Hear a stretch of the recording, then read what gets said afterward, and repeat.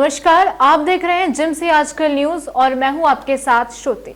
उत्तराखंड में बीते दिनों एक रिजॉर्ट में रिसेप्शनिस्ट का काम कर रही एक लड़की की हत्या कर दी गई, जिसकी चर्चा पूरी मीडिया में काफी तेजी से देखने को मिली।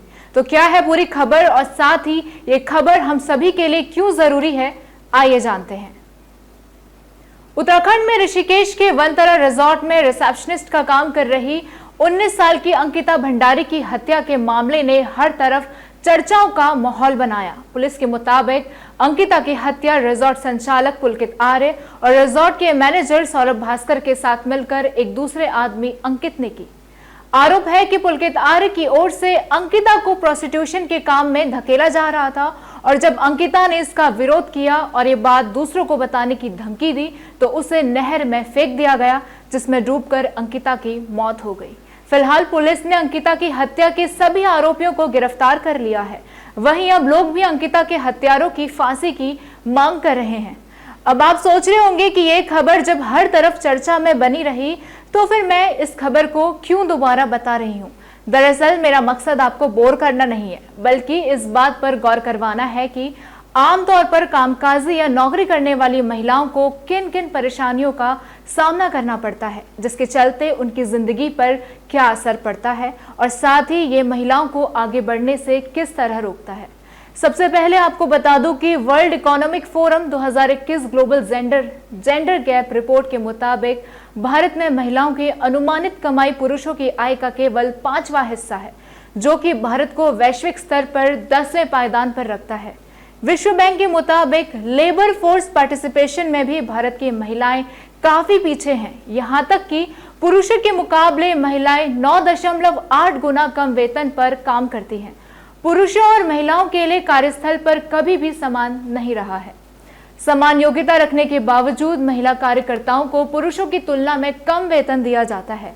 यहां तक कि लगभग हर क्षेत्र में महिलाओं को कई तरह के शोषण का सामना करना होता है, चाहे ये शोषण भावनात्मक हो, मानसिक हो या यौनिक हिंसा के रूप में हो। इस पुरुषात्मक समाज की आबोहवा शुरू से महिला विरोधी रही है। इसके साथ ही महिलाओं को मातृत्व अवकाश यानी कि मैटरनिटी लीव जैसे आधारभूत अधिकार से भी कई जगहों पर वंचित रखा जाता है। अपनी योग्यता साबित करने के लिए कई जगहों पर महिलाओं को दोगुनी मेहनत करनी पड़ती है।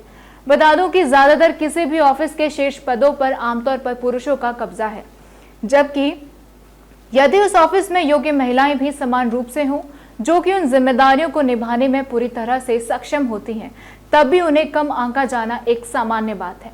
कार्यस्थलों, सार्वजनिक स्थानों और निजी स्थानों पर हिंसा का सामना कर रही ज्यादातर महिलाओं को सामने आने और शिकायत करने में बहुत सारी परेशानियों का सामना करना पड़ता है।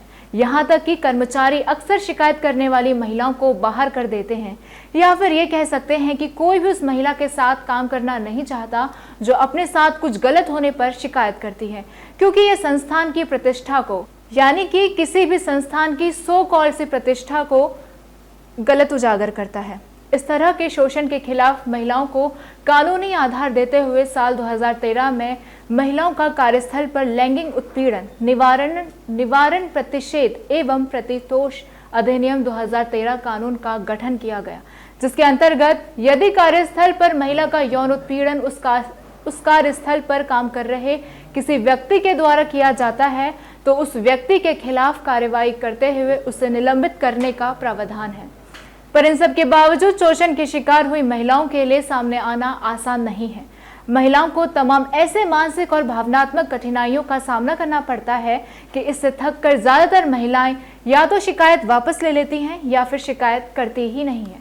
वहीं कई मामलों में ऐसा होता है कि अगर किसी एक महिला को कार्यस्थल पर उत्पीड़न का सामना करना पड़ता है तो उससे डरकर अक्सर दूसरी महिलाएं आगे बढ़ने से पहले ही पीछे हट जाती हैं। सार्वजनिक स्थानों पर महिलाओं और लड़कियों के खिलाफ यौन हिंसा किसी देश के विकास में बाधा बनती है, क्योंकि यह शिक्षा, स्वास्थ्य और नागरिक सुविधाओं जैसी सेवाओं को लोगों तक पहुंचाने में रोकती है। अगर हम महिलाओं को बराबरी पर नहीं लाएंगे और उन्हें विकास का हिस्सा नहीं बनाएंगे तो यह एक राष्ट्रीय नुकसान होगा, जो कि देश को आगे बढ़ने से रोकेगा और इसके साथ ही महिलाओं की आने वाली पीढ़ी को इसका खामियाजा भुगतना पड़ेगा। ऐसे ही खबरों के लिए जुड़े रहिए जिम से आजकल न्यूज से। धन्यवाद।